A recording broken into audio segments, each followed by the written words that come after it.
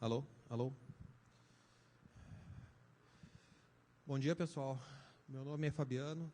Eu vou fazer uma apresentação aqui sobre alta disponibilidade. O pessoal já me falou ali da organização. Essa apresentação está disponível lá no Macadu. Se alguém quiser baixar ela para ir acompanhando, tem muitos trechos ali de arquivo de configuração, que é meio xarope de tu ficar anotando ou coisa assim. Então, baixando é bem mais prático. Um pouquinho de mim, assim, rápido.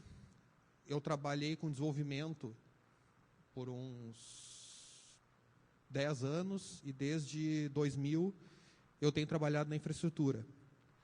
Atualmente eu trabalho no TRT4, na parte de gestão de ambiente.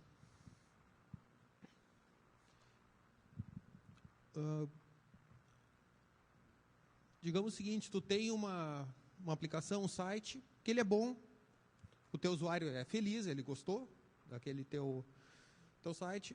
O teu cliente, seja cliente da empresa ou cliente interno, está feliz também, porque o usuário está contente. O teu chefe está feliz e tu está feliz também. Uma hora dá pau na infra.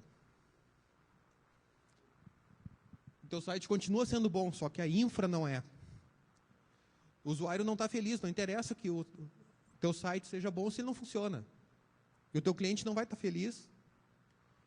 O teu chefe vai estar pulando de brabo e tu está ferrado. Então, tu tem que, na parte de gestão de ambiente, tu tem que resolver isso aqui. Uma solução tosca seria tu colocar um round robin de DNS. O cliente, tu tem 2 servidores, um deles deu problema, o cliente está acessando o outro. No próximo acesso, vai só com problema. Depois acesso o bom, depois com problema, o bom, problema. Então, não dá muito certo isso. Uma solução melhorzinha é tu trabalhar com um virtual server, onde tu teria ali 2 servidores web e um VIP, Virtual IP, que atende no que estiver funcionando. E ele pode flutuar de um lado para o outro. Então, tu está com os 2 servidores funcionando, está caindo num, aquele deu problema, o IP flutua para o outro. Então, o teu usuário vai estar contente, exceto nesse momento aqui que a coisa estiver indo de um lado para o outro. Como fazer essa questão do virtual server? O conceito básico da coisa é que tu tenha várias máquinas e um único endereço. Para o cliente é transparente aonde que ele está se conectando. Quando uma máquina está fora, o serviço vai ser atendido por outra. A automação disso se faz através de LVS, o Linux Virtual Server. Isso aí é integrado ao kernel do Linux, só que é um troço assim, meio complicado de tu trabalhar com ele direto. E tu tem alguns simplificadores, um deles, que é o que eu vou trabalhar aqui, é o Keep Alive D.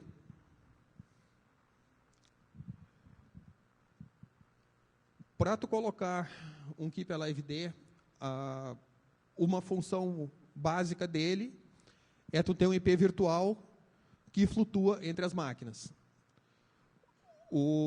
Nesse exemplo aqui, eu teria os 2 servidores, www1 e 2, e um virtual server, www, que é com outro IP.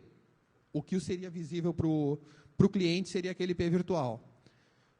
Para tu colocar isso, o que tu precisa? 2 configurações do CTL. Habilitar o IP forward e o non-local bind. Para que é isso? O IP forward para poder recaminhar as requisições e o non-local bind tu vai ter, digamos, um Apache ouvindo, instanciado nas 2 máquinas, 1 e 2.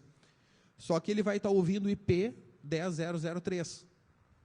Esse IP não existe na máquina 2. Se tu subir o Apache, normalmente ele vai dar pau que não consiga fazer bind nesse endereço. Habilitando aquilo ali, ele ignora se aquele IP não existe e consegue subir assim mesmo. Então, o tempo de indisponibilidade nisso aí é mínimo, porque é só a questão de o switch, basicamente, reconhecer que é aquela nova interface de rede que está atendendo ele. Uma configuração bem simples para essa flutuação de PAI, num keepaliveD.conf, tu tem uma seção Global Defs. Eu acho uma boa prática ali, tu ter um e-mail de notificação de quedas do serviço, que daí ali está autoexplicativo. E-mail de notificação e qual é que é o teu servidor de SMTP. Tem diversas outras configurações que tu pode fazer. Botei o básico do básico ali, que o resto tem o manual. E tu também vai ter uma ou mais instâncias de VRRP.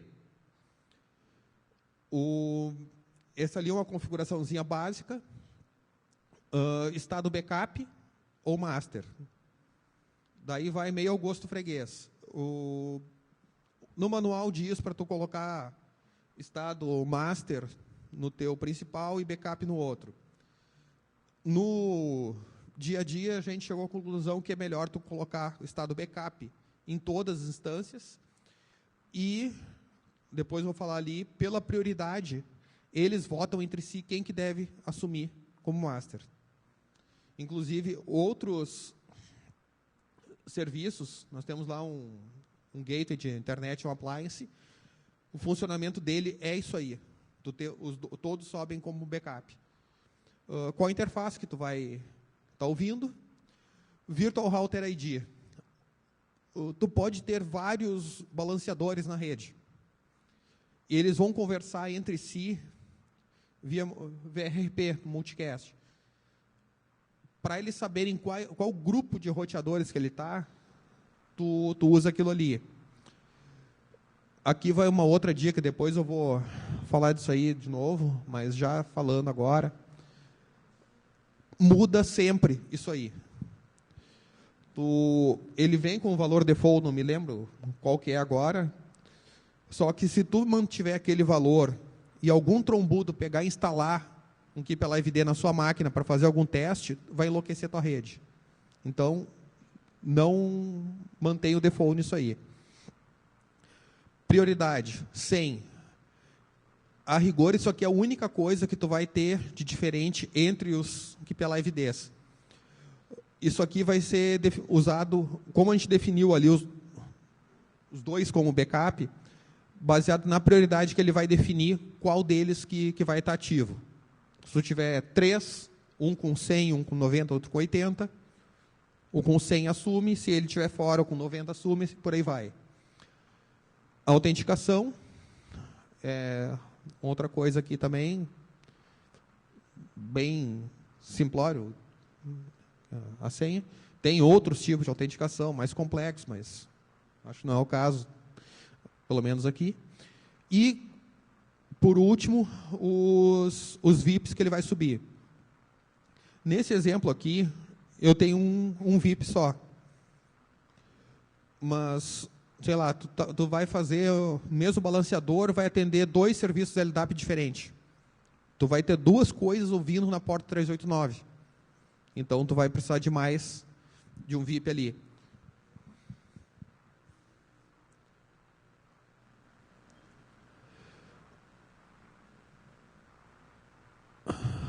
Bom, isso aqui, essa abordagem tem mais simples de ter um keepaliveD fazendo a flutuação do VIP, ela tem alguns problemas.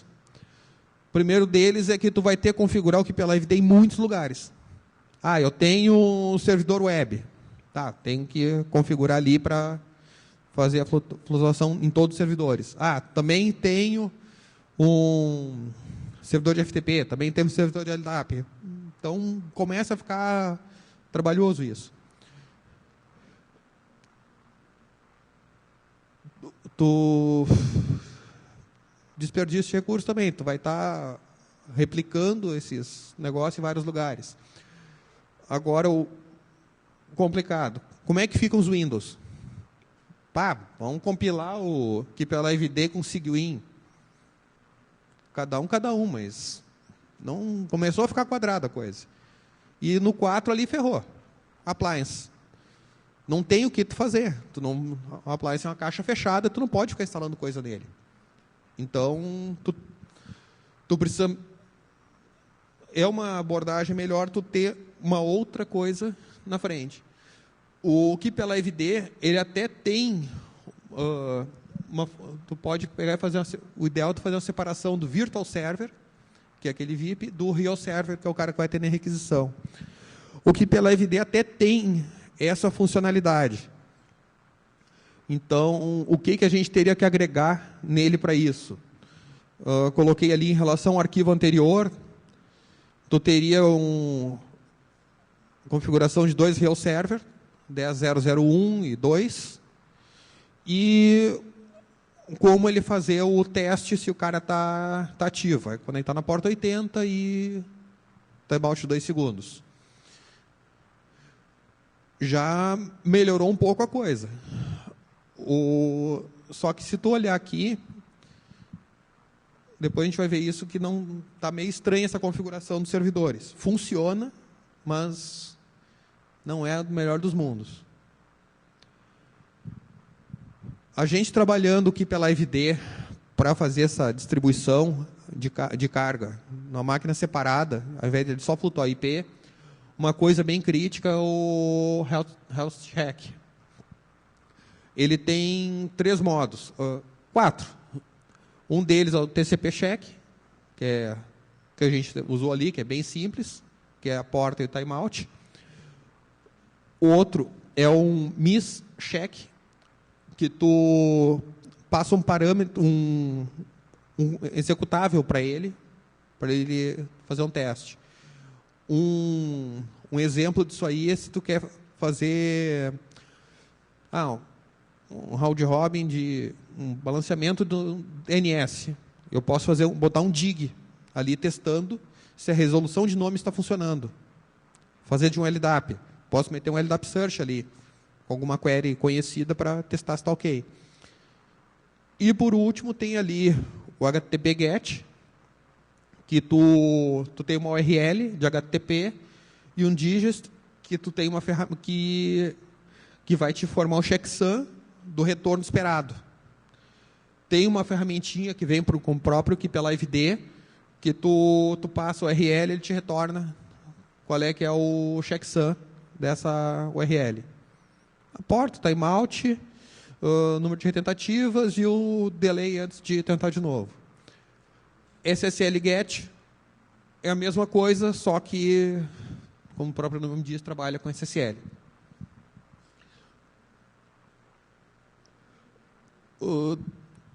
Tu tem 3 modos de trabalhar com KeepAliveD em relação aos Real Server.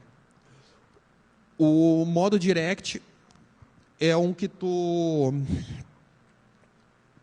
como o próprio nome diz, faz a conexão direta com o servidor.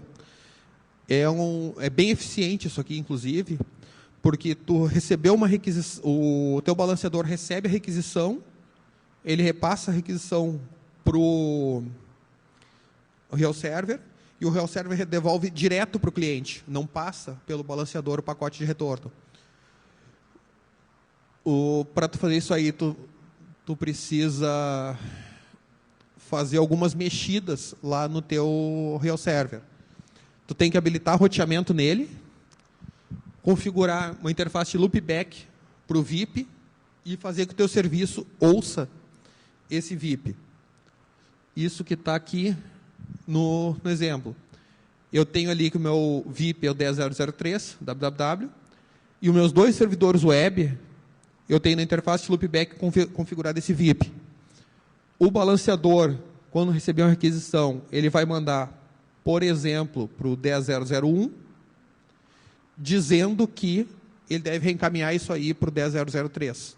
Como o IP 10.0.0.3 está na própria máquina, ele sabe que tem que rotear internamente. Tu configurando isso aí na interface de loopback, tu evita confusão no switch lá de terem IPs duplicados na rede. O outro modo de tu trabalhar é o modo NAT.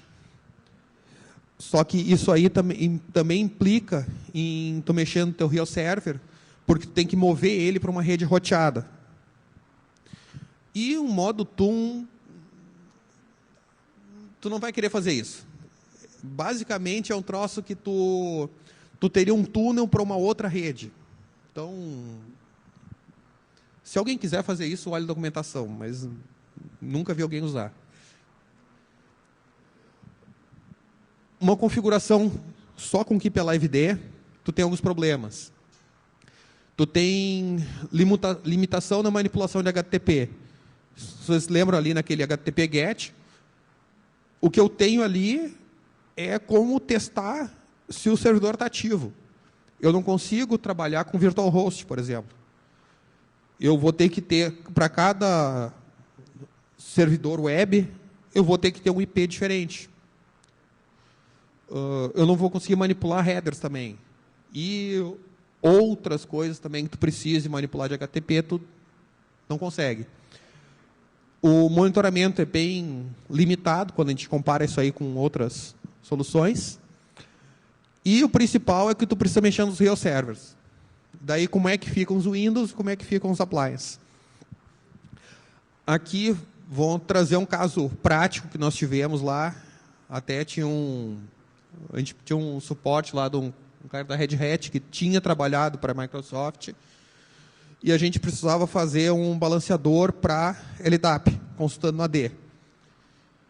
Tinha documentação, tinha gente com conhecimento de Microsoft, e esse negócio de configurar a interface loopback no DC não funcionou. Foram 3 tentativas com disponibilidade da rede, a gente fazendo isso aí durante a madrugada, e mesmo assim, deixando gente empenhada. É complicado. No Linux funciona tranquilo, essa questão do real server, mas no Windows, a experiência que a gente teve com DC deu problema. Num IS standalone funcionou tranquilo, mas já dá para ver que não é uma coisa muito fácil, isso aí. Não é sempre que tu vai conseguir fazer. Daí a gente chega na solução ideal, que é tu juntar com o Keep Alive D o HAProxy. Tu retorna para aquela ideia inicial de tu ter o Keep Alive D só para fazer a flutuação do VIP, só que ao invés de ele entregar o serviço para o real server, ele vai entregar para um HAProxy. Em relação àquela configuração original que a gente tinha lá do Keep Alive D, o que a gente muda? A gente tem ali no final, em vermelho, track script, check HAProxy. E ali em cima, um script que vai fazer o teste se o HAProxy da tua máquina está ativo. Vai fazer um PID-OFF do HAProxy a cada 2 segundos e um peso menos 254. Isso é uma coisa que não está bem documentada. O que acontece? Tu vai ter aquele campo priority 100 num balanceador, 90 no outro. Se aquele teste do VRP Script falhar, ele vai descontar 254 da tua prioridade. Então, no caso, o balanceador 1, 100, o 2 é 90. Caiu o HAProxy aqui, 100 menos 254, dá menos 154 contra 90.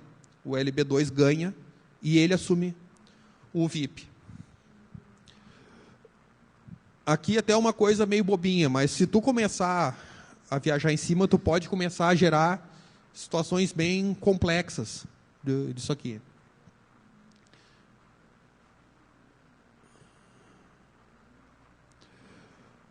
Agora a configuração do HAProxy. A gente tem uma parte genérica no arquivo de configuração, que tu tem uma seção global, que é grosso modo que tu passaria via linha de comando. Qual é o log, para que passe a fazer o chroot, feedfile, por aí vai. E uma seção defaults, que tu até não precisaria ter, mas isso aqui é para economizar linha no arquivo de configuração. O que tu colocar aqui vale como se tivesse em todas as outras sessões.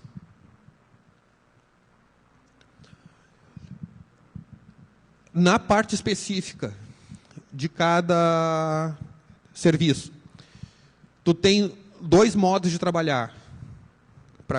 Tu pode juntar os dois, dedicando um para cada serviço. Uma é a listen. Tu tem onde tu informa qual é que é o ID, LDAP server, e aonde que ele vai ouvir aquele serviço. LDAP.fu.com ou um IP, porta 389. E ali embaixo, quais são os servidores, os real servers que vão atender aquela requisição. É bem simples e autoexplicativo. Outra coisa que daí começa a ficar mais complicado, mas que tem exatamente a mesma função lá de cima, é front-end e back-end. Aqui tem um exemplo simples.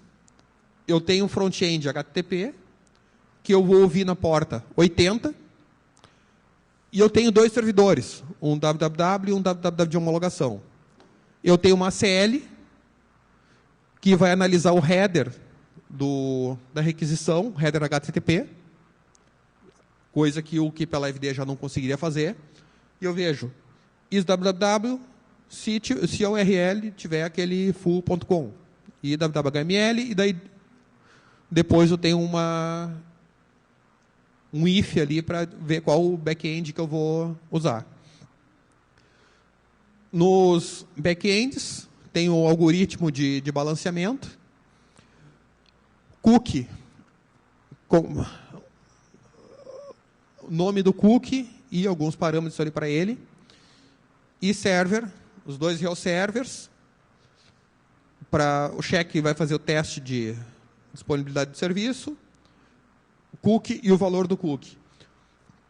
Qual é que é a ideia desse cookie aí? Tu mandei persistência de sessão. Tu pegou e fez... Se tu está trabalhando num ambiente simples, que tu não tem aquele compartilhamento de sessão lá dos JBoss, se tu fez login em um servidor web, a próxima requisição tem que cair nele, senão tu não vai ter sessão no outro. Então, a primeira vez que tu estabelecer a conexão do browser, ele vai ver que não tem aquele full LB www, o balanceador vai identificar isso,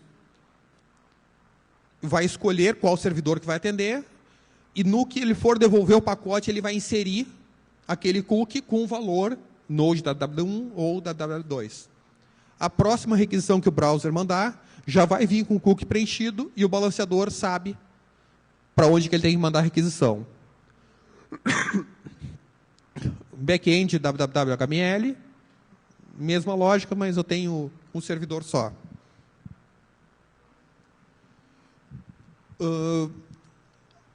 Eu tinha falado lá a questão de monitoramento, de estatísticas lá do KeepAliveD.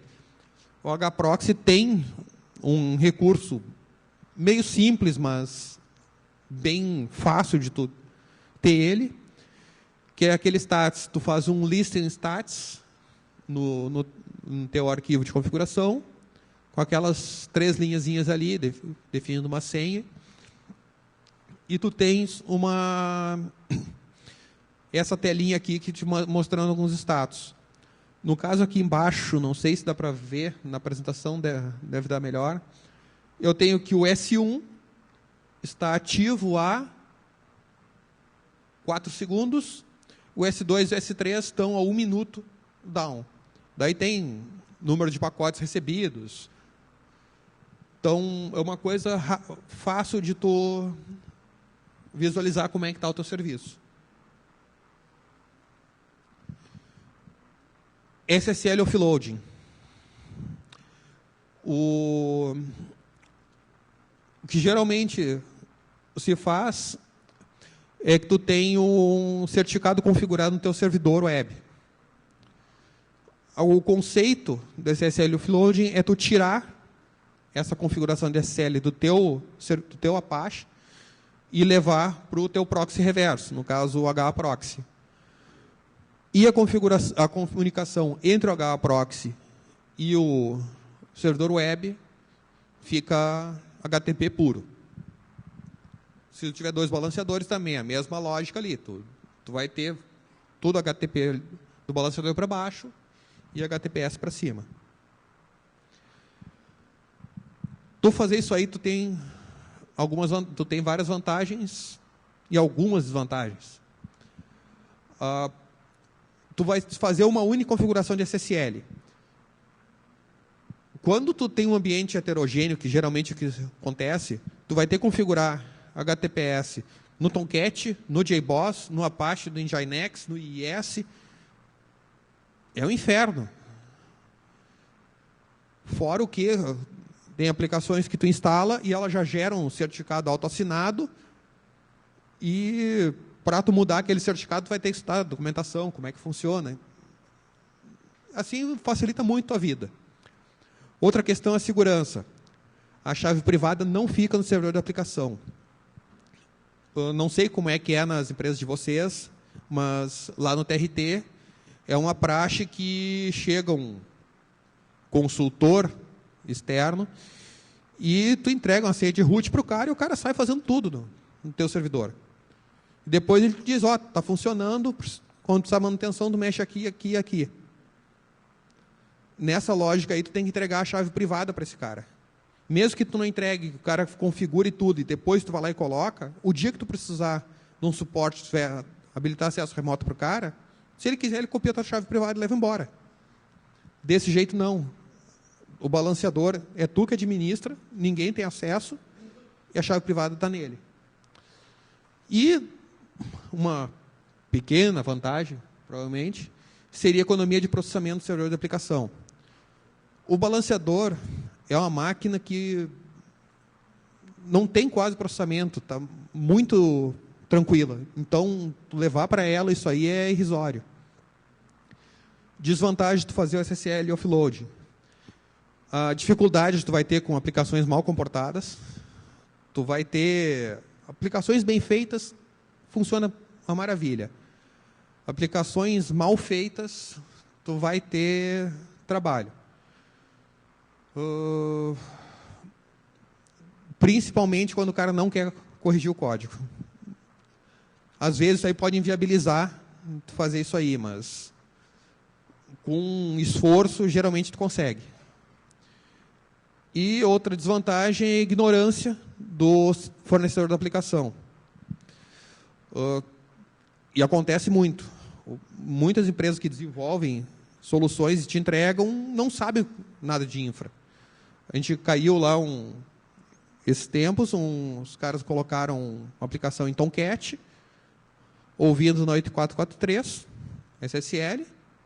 A gente passou o certificado para o balanceador na 443. Daí começou a dar problema, a gente ligou para o suporte e os caras, mas por que vocês estão usando a 443? Olha, nós e a internet inteira. E assim, esse é o nível dos caras que tu tem que tratar. E daí, um cara que não sabe nem qual é a porta HTTPS, como é que tu vai explicar para ele o que é SSL offload? Mas as vantagens são grandes. O esforço vale a pena. Como fazer isso aí? Basicamente, tu tem que disponibilizar para o hproxy um arquivo para cada virtual server que tu vai ter. Tu tem que disponibilizar um arquivo .pen que tenha a tua chave privada, o certificado do site e, não é obrigatório, mas é uma boa prática, tu ter a cadeia completa até a autoridade raiz. Depois eu tenho lá na parte final tem um link ali de uma explicação melhor disso. Mas, basicamente, digamos que no nosso caso, a gente faz o certificado pela Caixa Federal. Tu recebe um arquivo P7B. Tu faz aquele print certs, tu vai gerar um arquivo com todos os certificados misturados e desordenados. Tu edita esse arquivo, tira o certificado do teu site e reordena os outros, seguindo a ordem da assinatura e deixando por último a autoridade raiz. Isso aqui é mais importante quando tu está trabalhando com coisa da ICP Brasil, que daí tu tem autoridade intermediária que o browser não reconhece, fica dando warning, é meio feio.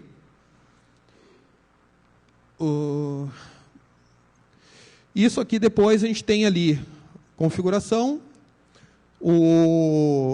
não é obrigatório aquele negócio front-end HTTP, mas é uma boa prática. Tu responde por HTTP também no teu balanceador e simplesmente faz um redirect para HTTPS, para o browser. E o front-end HTTPS é ridículo. Tu vai fazer um bind e dizer SSL, SRT e tal pasta. Ali tu vai colocar todos os teus certificados e baseado no header da requisição, ele vai saber qual certificado que ele tem que usar. E ali embaixo, igual que esquema de ACL e decidir qual o back-end que ele vai usar.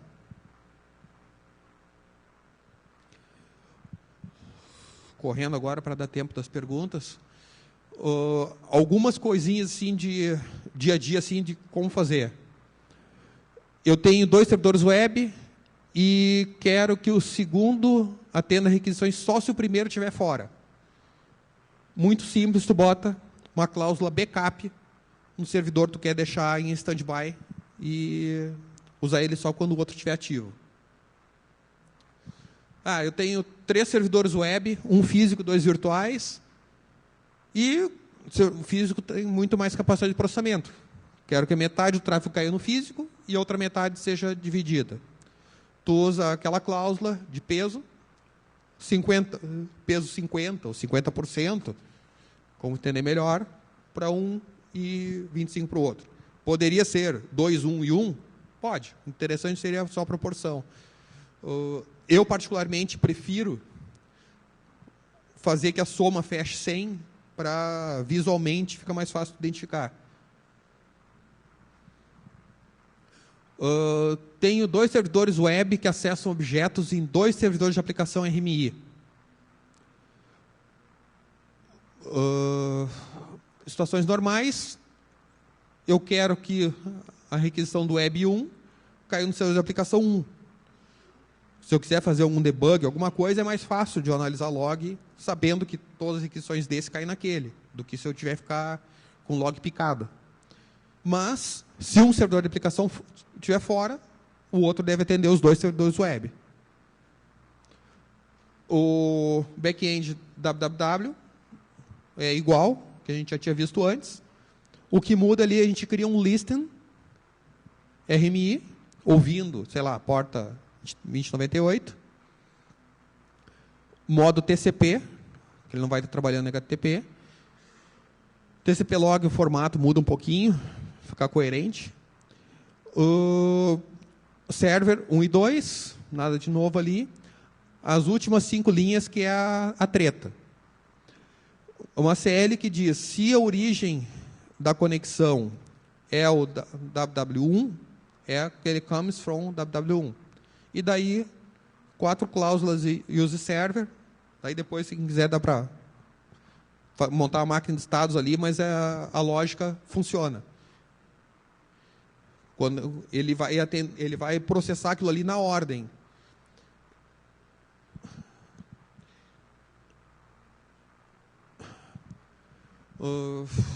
Uma outra coisa aqui, a minha aplicação responde por HTTP, full.com, 8080/site. Só que eu quero dar uma URL simples para ele. E um ambiente de homologação com a mesma lógica. A novidade ali é aquela CL isRoot. Isso aí, a documentação do HProxy é bem completa lá, isso aí é tranquilo de vocês verem depois. Daí, o que eu faço ali? Faço um redirect, se o contexto for root e for www. Eu faço para www.full.com. Eu mando um redirect para o browser para ele acessar. O cara vai continuar vendo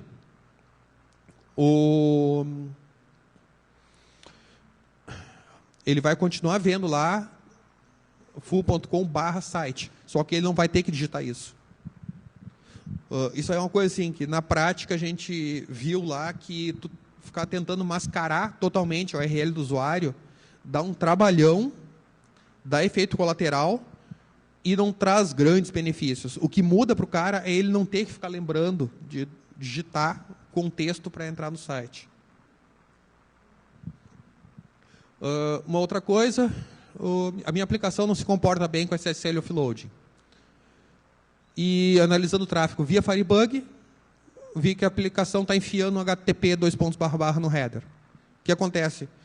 O browser comunica HTTPS com o balanceador responde, comunica HTTP com o servidor web, e esse diabo dessa aplicação que a gente tinha lá, enfiava no meio do código, no caso aqui do header, pelo menos, um HTTP // O que a gente fez? A gente pega e reescreve o header de resposta, trocando HTTP por HTTPS.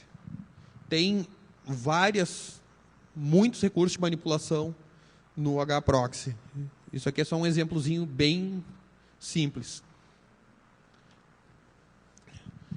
Outra coisa aqui, o meu servidor fala HTTPS com certificado autoassinado. Outra coisa que a gente teve lá também. Ele já está com o certificado, eu não posso mexer no meu servidor para web para HTTP, senão eu vou perder a garantia lá do fornecedor. E uma hora vai vencer aquele certificado autoassinado. Ele não está na minha planilha lá de controle de renovação de certificados. Eu não quero ficar me preocupando com isso, que ninguém vai usar ele. Então, o que eu boto ali? Que o meu servidor, meus real server estão na porta 443 e a cláusulazinha SSL Verify Known. Ele não está nem aí para se o certificado é válido ou não. Juntando tudo, separa o balanceador do servidor de aplicação. Não é uma boa... a gente já tentou fazer isso, não deu certo tu deixar o Keep Alive ID no próprio servidor. Aquela questão do KISS, Keep It Simple, Stupid. Usa o Keep Alive ID para gerenciar o VIP e só. Os outros recursos são mais eficientes que usar com hproxy, tu tem um hope a menos, não vale a pena. Dá uma complicação, mas não vale a pena. Deixa ele simples que tu não vai se incomodar. Usa o hproxy para balanceamento SSL offloading e não mexe no servidor de aplicação.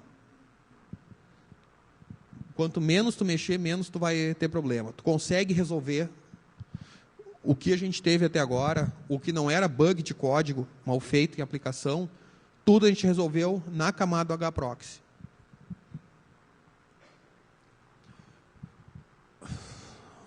Agora, juntando tudo assim na prática, um casinho simples. 2 servidores web, atendendo aquela requisição, 2 servidores de aplicação, e eu quero fazer SSL offloading.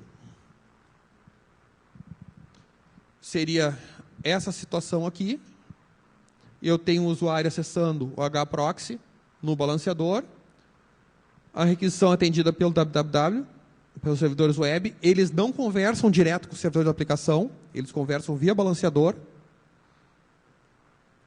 Keepalived.conf, aquilo que a gente já tinha visto.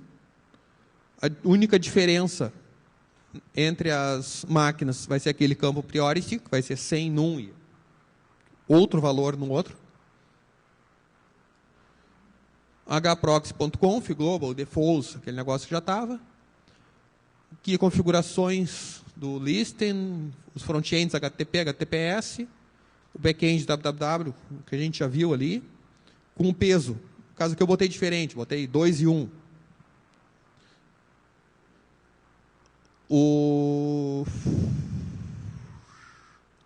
Ficou duplicado aquele bloco ali, do listing app-RMI. Depois eu corrijo aí na apresentação, mas seria um bloco de listing para receber as requisições com aqueles user server. E no keepalived.conf, aquelas no cctl.d, keepalived.conf, aquelas duas configurações cctl. rápido para dar tempo das perguntas.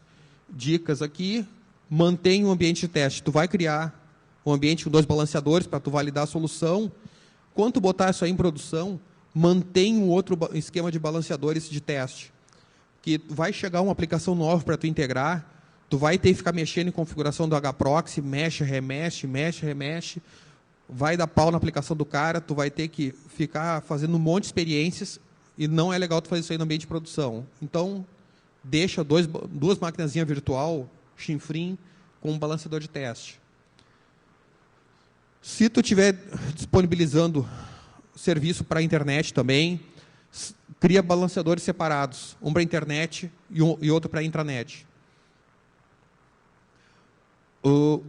Deixa um dos balanceadores, pelo menos físico, que se teu ambiente de virtualização der pau, tu não ficou sem o serviço. Que eu já tinha falado lá atrás, usar state backup nas instâncias. Não esquecer daquele NET IPv4, IP4 e IP non local bind. Cookie. Não sei se vocês lembram ali, eu botei full, LB, um nome enorme, como nome de cookie. Se olharem os exemplos que tem na internet, os caras botam Server ID, JSession ID, não usa isso. As aplicações que os caras fazem por aí, os caras mexem naquele cookie e gera efeito colateral, tanto no balanceador, quanto o balanceador gera na aplicação. Dá muita loucura. Inventa um nome que seja exclusivo teu. Não usa Server ID. Usar como valor do cookie uma coisa, identifica o servidor destino. Eu coloquei ali nos exemplos Node WW1, Node WW2.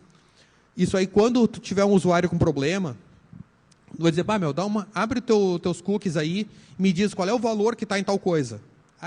Tá WW1. Tu sabe em qual máquina que tem que olhar o log. Isso aí ajuda bastante.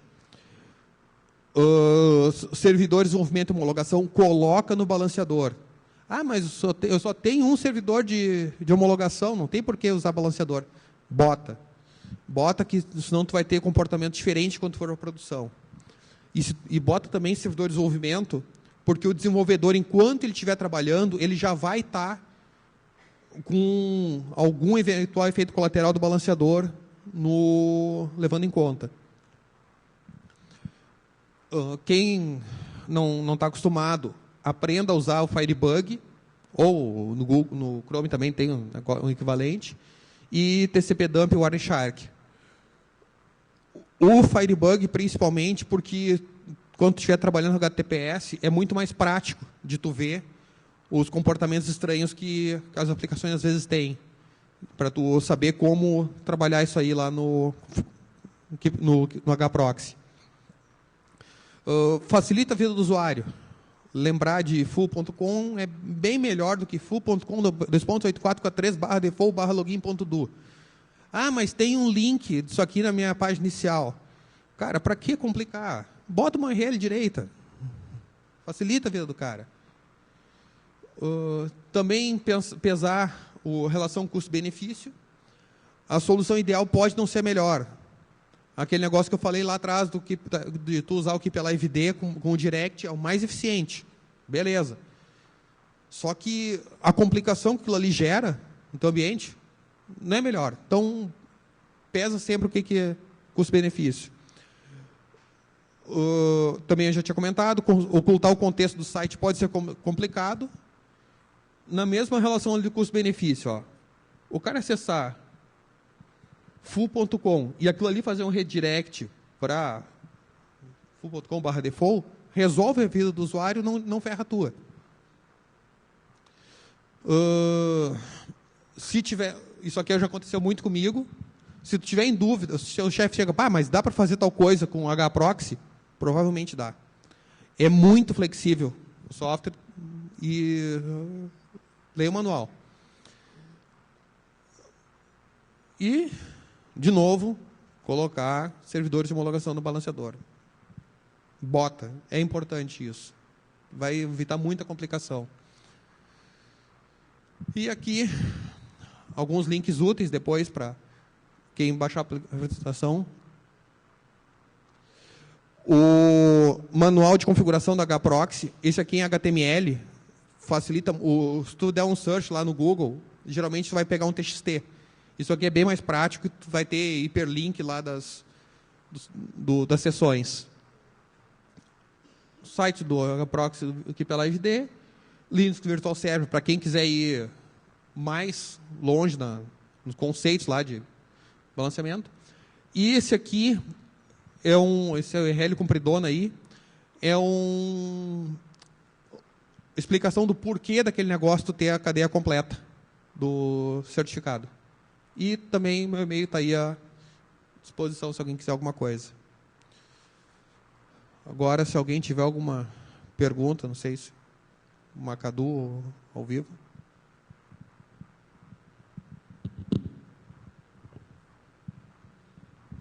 Bom dia. Eu me chamo Marcos, eu cheguei um pouco atrasado ali, a credenciamento está punk ali. Mas eu teria 3 perguntas. A primeira, o que você usa de Health Monitor para monitorar o teu back-end? Quais são as possibilidades usando HProxy para monitorar os servidores? Essa seria a primeira pergunta. A segunda seria se o produto ele tem... eu vi que teve uma hora que você habilita a configuração de estatísticas ali, né? E se isso já tem tradução para MIB, tenho como pegar esses dados via SNMP, se isso já tem disponível. Né? E a terceira pergunta seria a experiência de vocês, assim, diz respeito à arquitetura. Vocês usam um balanceador com interface de in-out, ou só com uma interface mesmo, ali o tráfego vem por ali está o VIP amarrado, e dali mesmo ele entrega para o back-end. É isso aí. Certo. Bom, vamos de trás para frente, provavelmente não, vou te pedir para lembrar de novo a primeira. Questão das interfaces. A gente está com uma arquitetura bem simples nisso aí. Eu tenho só uma interface, eu estou usando ela entrada como saída. O throughput ele é baixo. Se um dia a gente chegar num ponto que isso aí começar a ficar sensível, a gente trabalha, mas para a situação atual, uma interface está mais do que tranquila. A questão dos SNMP, monitoramento. Te confesso que eu não sei, a gente não chegou nesse ponto ainda. Por enquanto, para nós, está sendo suficiente a questão daquela telinha de estatísticas que vem com ele. As aplicações, a gente tem elas monitoradas via Zabbix. A gente não chegou num nível de maturidade de ter um monitoramento de serviço, que daí eu estaria monitorando o HProxy. Provavelmente tem isso aí. Se tu olhar a documentação, é enorme, tem muito recurso. De novo, naquela lógica que eu tinha dito ali. Se o cara te perguntar se dá, provavelmente dá. Provavelmente tem isso. E a primeira eu esqueci. Na verdade, seria do Health Monitor.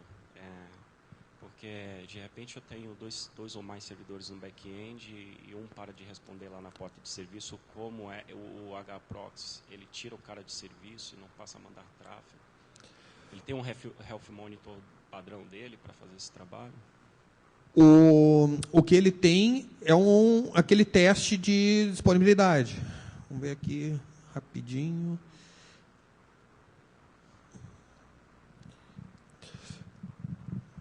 Tu colocou ali server www1, www1full.com 2.80. E tem uma cláusula check. Aquilo ali vai tentar estabelecer uma conexão HTTP. Fazer um teste de simples. Camada 4 simples mesmo, só para testar a porta. Sim, tu tem outros recursos diversos. Tem muita coisa. Um exemplo assim rápido para eu te dar. A gente tem um serviço de back-end que são um RMI e um ORB, só que o ORB só é aberto quando tem um RMI. É um esquema de relatório. Se tu dispara a requisição do relatório, ele disponibiliza o relatório em outra porta. Só que tu não pode testar a outra porta. Então, eu faço os testes sei lá, pela 2098 para conectar na 2098. E a outro, eu conecto na porta 5000, mas testo a 2098 também. Tu tem muita flexibilidade de teste. Provavelmente tu tenha outras coisas, como aquele Digis que pela FD. Obrigado. Mais uma... Bom, estourou o tempo. Se alguém quiser alguma coisa, depois tem meu e-mail ali. E também estou à disposição aqui depois da palestra. Obrigado.